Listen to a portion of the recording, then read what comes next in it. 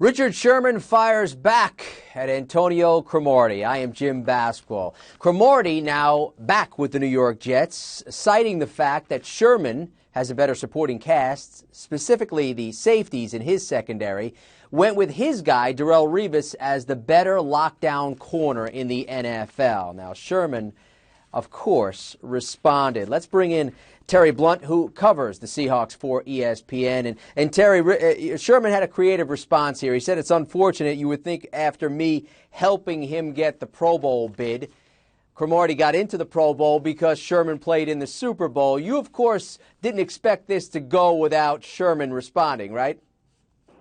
Well, of course, I mean, first of all, Richard's had a week to think about this because this is the first chance we've gotten to talk to him since Cromartie made those comments last week.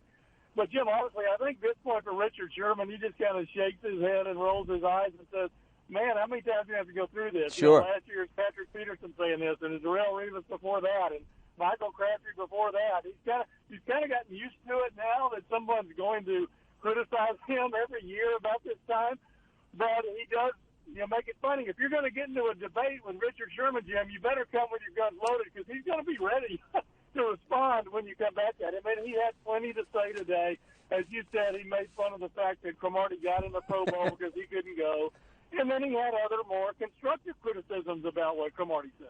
Yeah, he is very creative, by the way, in his responses as well. But do you sense that Richard Sherman is a player that's now comfortable in his own skin in a sense? You remember back when he first came into the league, he was brash and he was talking himself up and comparing himself to the best players in the league. But now he has the pelts on the wall, if you will, the Pro Bowl appearances, the interceptions, the year after year of success. Do you think he's a little bit more comfortable in his own skin, that he can kind of laugh it off when a player challenges him?